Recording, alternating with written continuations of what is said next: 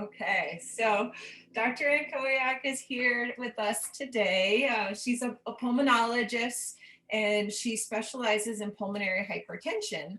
And some of you have been referred by her to come to pulmonary rehab, and you may or may not remember me teaching you about pulmonary hypertension and the benefits of exercise. So I asked her to present to our support group today just to share her knowledge. And whether you have pulmonary hypertension or not, it's still really good information. So with that, I'll let you begin. Thanks, MaryEllen. Thanks, Julia. And thanks everybody for having me. I see some familiar faces out there, so that's nice. And some of you I might also recognize from the pulmonary fibrosis support group. You might remember maybe, oh geez, a year ago or so. I'm losing track of my days. It was in person, so it was pre-pandemic, but a little while ago, my colleague, Dr. Badlam, Jeff Badlam, and I talked about pulmonary hypertension at pulmonary fibrosis support group. So thanks for having me in this venue. I'm going to talk a little bit about pulmonary hypertension and then spend the end talking about just what Julia was saying, some of the evidence we have and recommendations for exercise in pulmonary hypertension. Oh, bear with me. I just got to make my, there we go.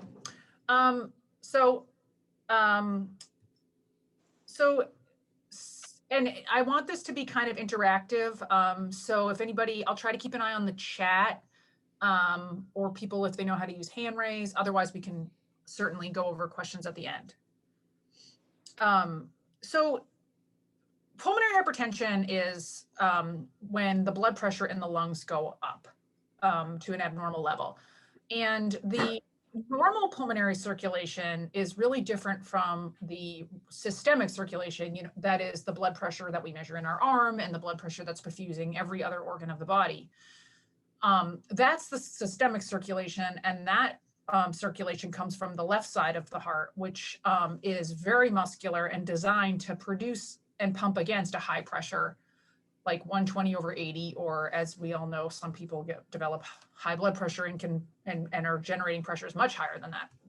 But in contrast, the right side of the heart pumps into the lungs, which is this very nice low pressure circulation.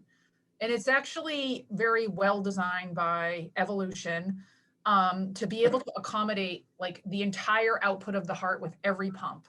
And it can dilate a lot. It has a lot of blood vessels that it can dilate to accommodate, to keep the pressure low. And the reason it needs to do that is because the right side of the heart was not really designed to pump against a high pressure. It's not as muscular. It's used to a very low pressure, low resistance circulation system. And when the pressure in the lungs goes up, we can develop problems because of that. So pulmonary hypertension, which I might refer to as PH throughout the talk, is just defined as elevated blood pressure in the lungs. And so, like I mentioned, the normal blood pressure in the lungs is very, very low. So the mean number, so not that like top and bottom number that you'd be used to when we measure blood pressure in the arm, a mean number that we measure actually in a cath lab invasively with a catheter needs to be below 20. That would be normal. Above 20, we call that pulmonary hypertension. But there are many, many, many things that can lead to pulmonary hypertension or elevated blood pressure in the lungs. And some of them are a primary problem with the blood pressure or the blood vessels of the lungs. And some of them are caused by other things. And some of them are kind of like fake outs. So if your heart is really pumping out blood at a really high state, like if you were really anemic, like really low red blood cell counts, that can raise the blood pressure, but it's kind of because of the heart functioning so well and not because of the lung blood vessels being a problem. So we actually classify pulmonary hypertension. And as I mentioned, it can be a problem of the blood vessels of the lungs themselves, but the vast majority of the time, pulmonary hypertension is actually a marker of another disease that's progressed to the point that now you have this additional problem or complication. It's been the causes of pulmonary hypertension, pulmonary hypertension is divided into 5 different groups, and it's very, I think they've done a nice job with classifying this because it's based on the cause. And the classification system was created by the World Health Organization, the WHO, and it's reviewed periodically along with lots of other things around regarding pulmonary hypertension at these big world symposiums that very famous bigwig people go to. So the WHO classification system, as I mentioned, is classified by the cause. So we have group 1, which is pulmonary arterial hypertension, and that's an actual problem where for a variety of reasons, the lung blood vessels have remodeled on their own without any other disease process necessarily forcing them that way. And then we have pulmonary hypertension related to problems on the left side of the heart, the side that pumps out to the systemic blood, the systemic circulation and all of the other organs. We have pulmonary hypertension due to lung disease or low oxygen levels, hypoxia. We have pulmonary hypertension due to chronic thromboembolic disease, so that's chronic blood clots. And then we have this other group that I'll talk about at the end called pulmonary hypertension due to unclear or multifactorial mechanisms. So to go into those a little bit more like schematically, this is just a picture of, I don't know if my mouse, oh, here we go. Can people see my mouse moving around? Okay, so this is like a schematic. Over here, this is the circulation going through the body, the systemic circulation, and this is the circulation going through the lungs, the pulmonary circulation.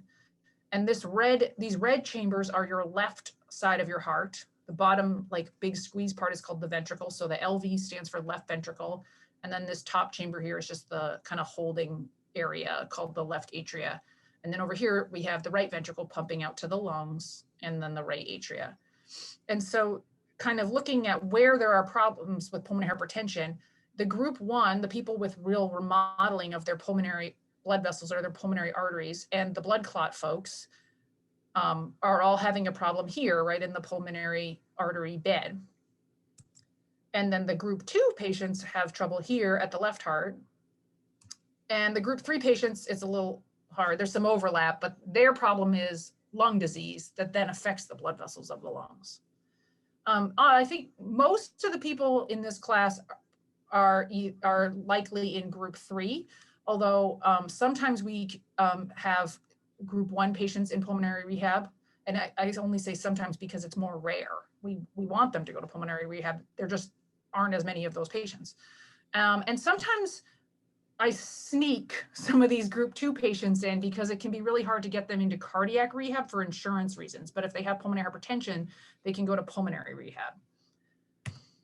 And the 5s, I put a question mark. They're out we don't really know, in the nebulous area. So kind of running back to pulmonary arterial hypertension, the group 1s, as I mentioned, it's really rare. About 10 cases per million people, so very rare. It's a problem where the arteries of the lungs change and remodel. And I'm gonna show you a little bit of pictures about that later on. It can sometimes be what's called idiopathic, where we just have no idea why it happens to someone. And that classically we see in young women, like in their 30s and 40s, but not exclusively, but that's the target. That's the most common group. There are some families carry mutations that can cause this, a familial kind of pulmonary hypertension or a genetic kind, which we call heritable now. And then it can also some autoimmune or rheumatologic diseases, most notably or systemic sclerosis, but some other autoimmune diseases like lupus or rheumatoid arthritis can cause it too. There are some infections. HIV can cause pulmonary arterial hypertension, and there's the most common worldwide cause is schistosomiasis, but we don't have a big problem with, it's a parasite in like tropical water. That's not something, you know, here in the US we see at all, unless we have people moving here from other parts of the world. People with liver disease can develop pulmonary hypertension with their liver disease, and then There are some notable like drugs or toxins. So out west, on the West Coast now, the leading cause of this kind of pulmonary hypertension is actually methamphetamine abuse. And historically, there were some weight loss drugs that were taken off the market. I don't know if people remember fen-phen, that was causing pulmonary hypertension. And there are some drugs that are sometimes used mostly for cancer treatments that can cause pulmonary hypertension. And then people who were born with congenital heart problems, like abnormal connections or abnormal forming, their heart formed abnormally when they were developing as a fetus, they can develop pulmonary hypertension. And so this group, the next group is group 2. This is by far and away the most common type of pulmonary hypertension because it's due to problems on the left side of the heart, and that can be what's called heart failure with reduced ejection fraction. So that's where the left side of the heart does not squeeze very well. More commonly now we're seeing problems called heart failure with preserved ejection fraction, which is where the left side of the heart doesn't relax very well. And it's just common because it's caused by lots of common diseases like diabetes, high blood pressure, sleep apnea, being overweight, all of these things we see a lot of. And also people who have heart valve diseases.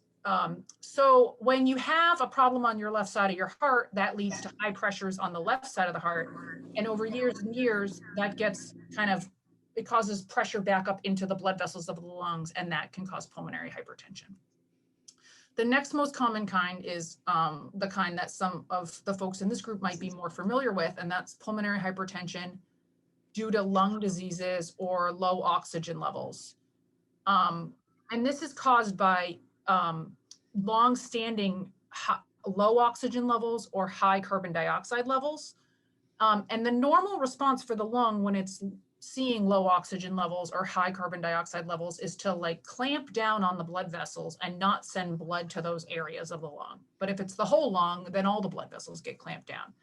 And that causes pressure. And there's also a lot of inflammation that can be associated with these diseases, and that can cause more problems with the blood vessels of the lungs too.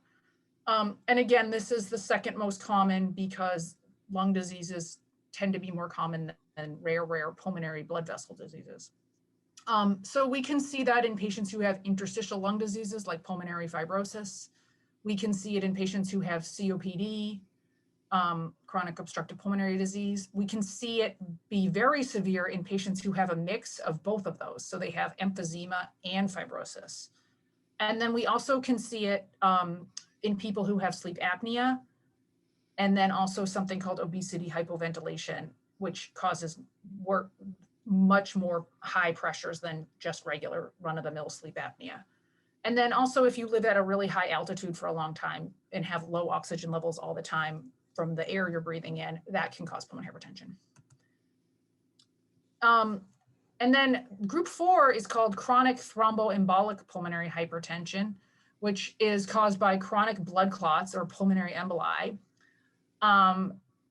This is felt to be relatively rare, although we're finding it more and more, and we think it's probably more common than we realize. And we just have been probably missing cases for a long time. But now that we look hard for it, it's popping up more and more. It's important because it has a really different type of treatment than any of the other kinds of pulmonary hypertension. And this is a picture of one of the treatments is to actually go in and surgically remove scarred over blood clots. And that's what this picture is here. It's a surgical specimen from a patient of mine. And I know it might not look like blood clots or what you think of as blood clots. Some people have described it. They've told me they think this looks like a bunch of daffodils. But this is scar tissue that was actually old blood clots that became one with the artery of the lung and were removed by surgery. And it's amazing how much better people can do after this surgery. And then lastly, I mentioned we kind of have this like long name, sort of garbage bag, everything else diagnosis area of pulmonary hypertension due to unclear or multifactorial mechanisms. And these are diseases that we know are associated with pulmonary hypertension, but we aren't 100% sure how they cause it, or they might cause it through multiple different ways. And there are some like blood cancers that can cause this. And there are some, I said, systemic disorders. One of the ones that I just want to mention is sarcoid. I don't know. A lot of times people in this program have a history of sarcoid. So sarcoidosis can cause pulmonary hypertension through lots of different ways, and we're not really sure how exactly that happens. And there are some diseases that people can be born with where they don't metabolize certain nutrients or proteins well, that can cause pulmonary hypertension. And we can also see it in patients who are on dialysis for chronic kidney failure. And I'm not going to go into this whole graph, obviously, but what causes pulmonary hypertension? There are, we're always researching this, but these are three big pathways that occur in the lung that are responsible for making the blood vessels dilate or contract, and also are responsible for making the muscles in the arteries of the lung grow or stop growing, and the lining of the lung blood vessels grow or stop growing. And these are just important because we've identified them as really important and abnormal in patients with pulmonary hypertension. And we've used them down the road to help try to treat pulmonary hypertension. So when any of those or all of those or even other pathways are abnormal and somebody develops pulmonary hypertension, this is what can happen to their blood vessels. So over here on the left side, we see this very nice, beautiful, open, thin-walled blood vessel.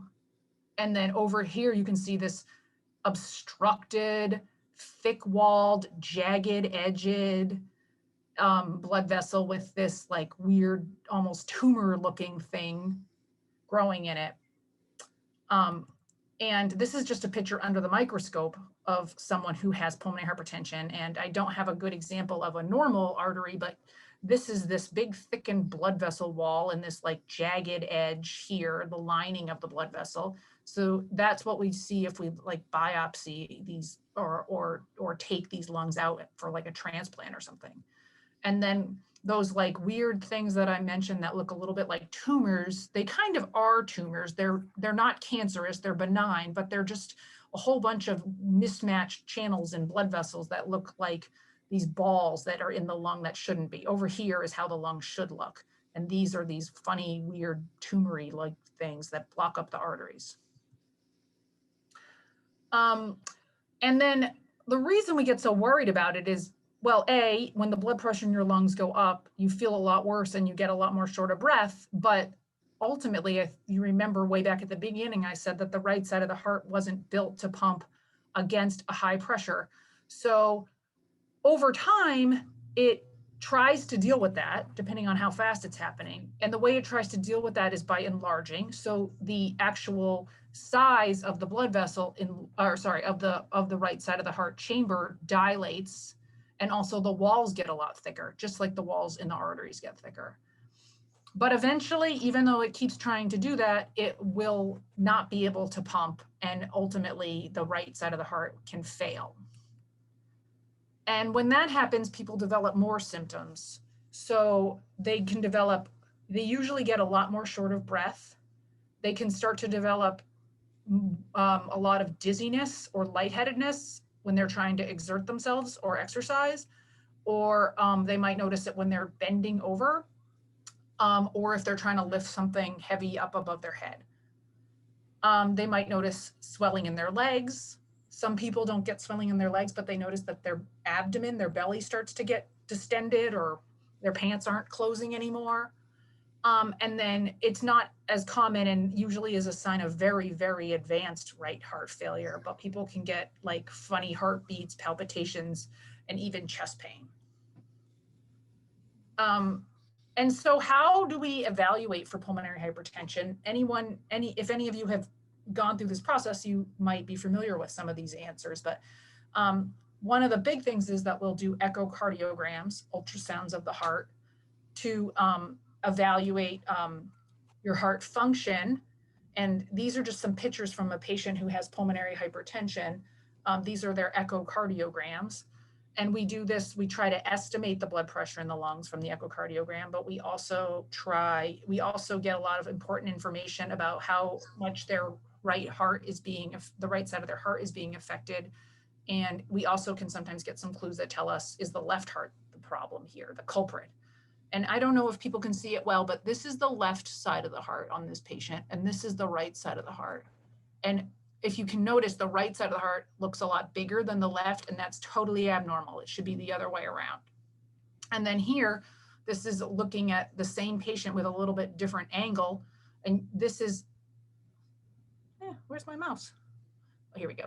This is the left side of the heart here, and this is the right side of the heart. And the left side of the heart should be nice and round and like a donut. But you can see here, it's gotten flattened and it almost looks like the letter D. We call that a D sign, and that's abnormal. That tells you that the right side of the heart is big and pushing on the left side. And even this person has a little bit of fluid here around their heart, and that's a sign of some trouble with pulmonary hypertension or another problem. So that's one of the tests that most patients will have. And if we were really suspicious and we wanted to do some more evaluation, we might send the patient for a cardiac catheterization, which I'll mention in a little bit. And then we also might do a bunch of other tests to help determine the cause and also help us kind of prognosticate or determine how severe things are. And some people, depending on why they're getting evaluated, may have already had a lot of these things. If you have pulmonary fibrosis, you'll have had a lot of these tests already. But we look at pulmonary function tests. Many of you, I think, are really familiar with that. We will sometimes look at overnight oxygen levels or sleep studies to look for sleep apnea.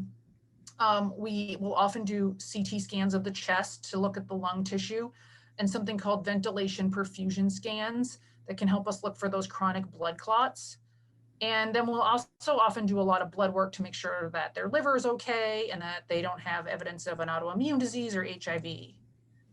And this is a picture of a catheter that we would use to do a cardiac catheterization. And this gives us the chance to take people to the cath lab, and we actually go into one of their veins in their leg or their arm or their neck, and we go up, believe it or not, into the heart and out into the blood vessels of the lung, and we measure pressures and we measure heart function and get a lot of information from this. And this is a fancy CT scan that's also looking for blood clots.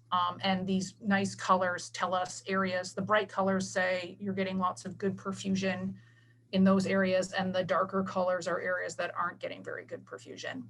And this can help us decide if somebody might have some chronic blood clots. And then the treatment is also really important it's really important to determine why someone has pulmonary hypertension when we're thinking about how to treat it.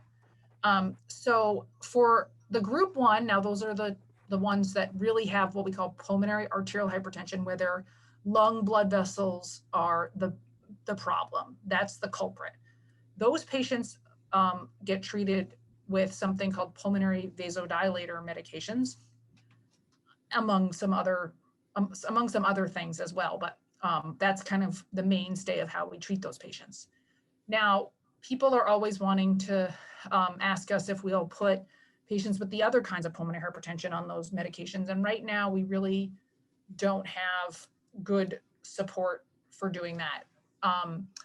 For the patients who have group 2, where the problem is on the left side of the heart, we want to treat the underlying heart problem on the left side of the heart. So that might mean medications to help the heart squeeze better. That might mean managing all the other problems that cause heart disease, like diabetes and high blood pressure. It usually means lots of fluid pills to try to keep people from building up too much fluid. Or, if it might mean fixing a heart valve. And then for group 3, that's with lung disease, patients who have lung disease. We want to treat the underlying problem. So people who have pulmonary fibrosis should be on, we try to treat those patients, as you guys probably know, with medication to help with the pulmonary fibrosis. Or if they have a lung inflammation disease, we might give them medication aimed at that, or inhalers for patients with COPD. And then really important for the group 3s is making sure that their oxygen levels are in a good place. So we always want to have them on good oxygen levels. That will help with the pulmonary hypertension quite a bit in most cases. And if they have sleep apnea or some other kind of sleep disordered breathing, we want to make sure that we treat them with CPAP or BiPAP. So the mask that helps you breathe at night and provides some positive pressure overnight. And then for the group 4, those are the chronic blood clot patients. I showed you a picture of a patient's blood clot scars having been removed from their lungs with surgery. So we treat those very, very differently. Surgery can be amazingly helpful, even though obviously any surgery has some risk. And then we also can sometimes treat those with something called angioplasty, where a catheter goes in and opens up the blood vessels. And there is one medication that is approved for that if you can't get surgery or a different kind of treatment. And obviously, because we're talking about blood clots, we also treat them with blood thinners. And for group 5, we just treat whatever the underlying problem is. And for everybody, we almost always need to give them fluid pills. Not always, but very often. And then also exercise programs is part of the treatment. And this is, you guys remember this picture from before, but when I said it's important that we know about these different pathways, because these are how we treat them, and our medications kind of target a bunch of these different areas. So the medications for pulmonary hypertension are called pulmonary vasodilators, and they act, all the ones that we have right now act on those 3 pathways I just showed you a picture of in different areas of the pathways. And they're all designed to relax and dilate the pulmonary blood vessels, but also to try to stop like the muscles of the blood vessel wall from growing uncontrollably, and to stop that lining of the lung from getting so thickened, and or from the lung blood vessel from getting so thickened and abnormal. So they all work in those ways. And depending on the pathway, they either like increase its function to do all those positive things, or block it so it stops doing overdoing the negative things. For these medications, we didn't have any treatment. None of them were available until the late 1990s. And they've made a huge impact on, these patients surviving. They can be very expensive. Some of them are even an IV that you have to wear all the time, 24 hours a day, and have a catheter placed. So that's obviously a big deal. They can have a lot of side effects, and they can actually be harmful depending on the drug and the type of non-group 1 pH that you have. They could actually cause harm. So there's a lot of reasons why we don't want to use these medications in the wrong patients. And I mentioned that for people with lung disease, one of the big things is treating them with oxygen. And I don't know if you guys can see, I hope these are moving for me. I hope they're moving for you. This is a patient who has lung disease and had really bad pulmonary hypertension because of their lung disease. And well, they were moving a minute ago, but you can kind of get the sense here that this patient's right side of their heart is really, really big. And then they wore their oxygen religiously, and their right side of their heart actually looks a lot better after 4 months, which is wonderful, obviously. And the patient obviously felt a lot better too. And so I mentioned, besides oxygen for lung disease, to help decrease the pressures in the lungs, exercise is, we now, more and more we know, is really important for mostly all kinds of lung disease, and pulmonary hypertension is no exception. But it's been an interesting history, because when we first started, when the world first started coming up with recommendations for how to recognizing pulmonary hypertension and recognizing how to treat pulmonary hypertension, they actually advised patients once they were diagnosed not to exercise. You have to avoid exercise. It's unsafe. It's very, very bad. And you need to take it easy for the rest of your life. Although also at that time, we didn't really have a lot of treatment for pulmonary hypertension either. So that was part of the problem.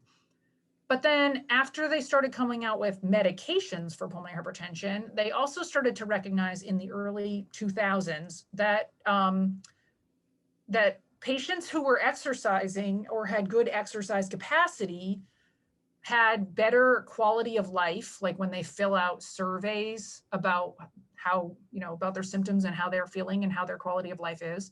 And also were living longer if they had a better exercise capacity. And then, but that could just be because your disease isn't as severe. So they started looking into the safety and benefit of exercise programs to see if we could improve exercise capacity and then see these good benefits. And this is a slide. It shows a bunch of different trials that were done on exercise and pulmonary hypertension, or in patients with pulmonary hypertension. And just to clarify, these are patients with the group 1 type, not necessarily all the other types. And over here on this axis, these are what their walk distances, which I think many people in this group are probably familiar with. We make you walk for 6 minutes, and either we're checking your oxygen levels or we're like checking to see how far you can go. And this is actually how much patients improved their walk distance from the start of the exercise program to the end. And some of these findings are really amazing. Like over here, you can see these patients in this study almost improved by 100 meters.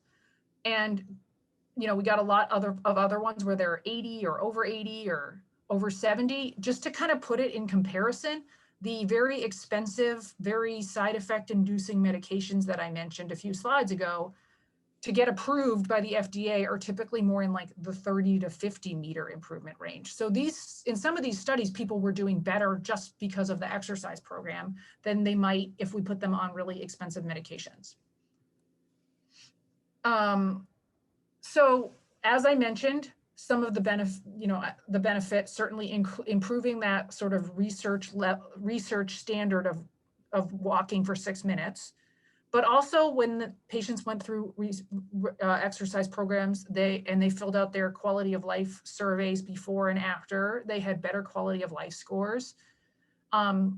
They reported like when patients report what we call a functional capacity, like what they're able to do at home or what heart failure class they fall into, they were all improving in terms of that. They had less pain and less depression.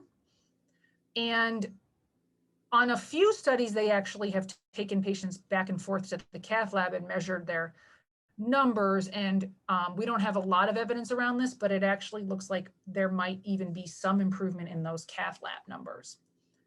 And on the tests, we can do some kinds of tests to see how well patients' muscles utilize oxygen or become more efficient. And that seems to be improved as well. Not surprising. When you exercise, your muscles get better. And because these early studies were so promising, we actually have had some updates to those treatment algorithms. So our US pulmonary hypertension treatment guidelines no longer say avoid exercise, but they say avoid strenuous exercise. The Europeans, in my opinion, are a bit more ahead of us, a little more ahead of the times, or perhaps we're behind the times. And they actually changed their treatment guidelines to not say avoid exercise, but to actually recommend including an exercise plan in treatment of pulmonary hypertension. Obviously, where there's some different recommendations there between if you live in Europe or you live in the United States, should every patient with pulmonary hypertension exercise? I would say outside for the patients who are not in group 1, the answer is almost unanimously that they should. We know pulmonary hypertension programs, pulmonary rehab programs are really beneficial for patients with COPD and other types of lung disease. We know exercise therapy programs are really good for patients with cardiac disease, assuming that they've had a stent or their coronary artery disease have been treated. But for most patients outside of group 1, the answer is almost always yes, they should be in exercise programs. For patients with the group 1 type, we have a few caveats. We should delay their starting an exercise program when they are really unstable.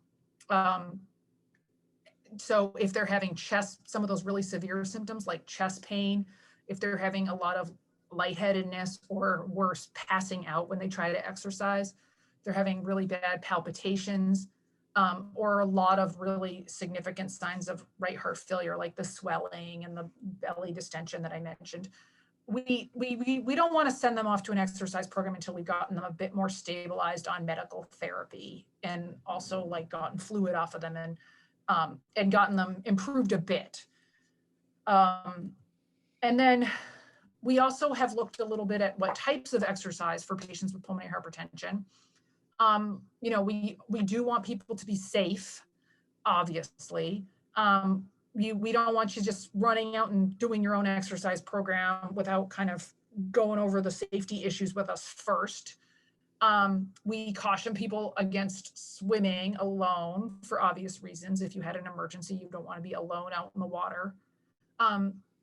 We, a lot of times, especially if you have more severe disease, would probably prefer that you use a stationary bike as opposed to a free bike, just because of if you did have an event where you passed out, obviously it's a lot more dangerous out on a free bike. Some of these patients are on blood thinners, like if they have the blood clot form, or occasionally there'll be another reason why these patients might be on blood thinners. We need to be careful about that. And then the other thing that we always caution people about is avoiding exercises that cause you to lift a lot of weight over your head, or bending over and lifting a lot of heavy weight. There are some problems with that patients who have pulmonary hypertension can see when they do those things. Both of those activities can actually decrease. So when you push way over your head and you kind of strain, you increase the pressure in your chest sometimes. And when you bend over, you can sometimes increase the pressure to your chest, but also just that maneuver both of those things can cause less blood flow to come back to the heart. And that can cause somebody with pulmonary hypertension or right heart problems to pass out. So we want to be careful of those things. And we also want to be careful of exercising in like the really high heat or the really, really cold temperatures, because of all the like hemodynamic change, blood flow changes that can happen with that. But we don't know like what the best kind of exercise is. We haven't compared like stationary bike to walking on a treadmill, for example. But we have kind of compared really intensive programs to less intensive programs. And the intensive programs were generally the ones that had the highest improvement in that graph I showed you before. As I mentioned, as Julia mentioned, I send a lot of my patients to pulmonary rehab. So if I have, I don't know, a meltdown or something and don't remember to refer you, please make sure you ask me, because that's, I think, a great part of the therapy for patients with pulmonary hypertension. We, obviously everything has been really complicated by the pandemic, but the virtual options seem to be working really well for a lot of people. So we still have it. We haven't given up on exercise just because of the pandemic. And then I think this is true of every patient in a pulmonary rehab program. And I'm sure Julia and everybody else involved with pulmonary rehab reinforces this. If you go through the program and you do really well, and then the program is over and you just stop exercising and stop doing all the things you've been taught, you'll lose a lot of the benefits pretty quickly. So we want to keep going on the program after your program is complete. And as I mentioned, we don't know exactly the best kind, but we think that most likely having a variety of different types of exercise aimed at different goals is going to be beneficial. So we definitely want some aerobic or cardio type workout incorporated. And that can be, like I mentioned, a stationary bike or walking, and then ultimately, maybe getting a little bit more advanced if you're doing well. And then muscle strengthening is an important, improving how our muscles utilize oxygen is an important part, and that's pretty standard in all of the pulmonary rehab programs as well. So starting with low weights and then moving up. For patients with severe pulmonary hypertension, they like to kind of recommend maxing out at about 15 pounds for your weight training. And then breathing exercises and lots of like balance and stretching type of activities are an important part of the program. And one of the other things that they kind of will mention on some of the resources is not working all of your large muscle groups at the same time. So kind of focusing on like one large muscle group a day, like, you know, lower body versus core versus some of the bigger upper extremity stuff. And then, you know, a lot of people love yoga and those type of activities, and those are certainly really good options for patients with lung disease, heart disease, and pulmonary hypertension. We do kind of recommend avoiding Bikram, which is the hot yoga, just because we don't want you getting like too overheated, too sweaty. It might be a little bit dangerous. And we haven't really studied that very well in patients with pulmonary hypertension. And we don't know what's the best amount or how long you should be doing your exercise, but most of the programs are up to 2 hours a day, 5 days a week. Those are the most intense ones. We know, like, based on that graph I showed you, the more exercise you do, it's probably better, because it seems like the studies are showing that. But as we all know, any exercise is good. Any exercise is beneficial. It's always better to be moving a little bit than to not move at all. And we've seen benefits in less intense programs where, you know, you're doing 2 to 3 hours a day. I'm sorry, 2 to 3 days a week, 1 hour a day. That's a little more like the pulmonary rehab schedule. And we want you to, we don't want you to be, if you have pulmonary hypertension, not as fixated on achieving a target heart rate. It's really more going by your symptoms, trying to do a little more every day. We don't want you to be getting up to like a target heart rate that you might see if you went to, you know, a gym in town, for example. And give yourself plenty of time to kind of recover after you've done your exercise. You don't want to be like rushing off to have to get somewhere. Give yourself a little bit of time to recover, hydrate, have a healthy snack, all of that. And then this is a great resource, I think, not just for patients with pulmonary hypertension, but anybody who's going to be doing, any patient with lung disease who will be in a exercise program. It just has a lot of really helpful tips. This is the Pulmonary Hypertension Association. The Pulmonary Hypertension Association is a really awesome resource for all of our patients with pulmonary hypertension. And it has tons of great information for doctors and patients and families. Julie's recording this anyway, but and Julia probably has this website anyway, but the PHA Association, if you just search Pulmonary Hypertension Association, it'll bring you to their website, which has tons of information on all sorts of aspects of life with pulmonary hypertension. And you can navigate over to exercise from there if you lose this link. So that's what I was going to go over today, and we have some time if people have questions or things they want to discuss.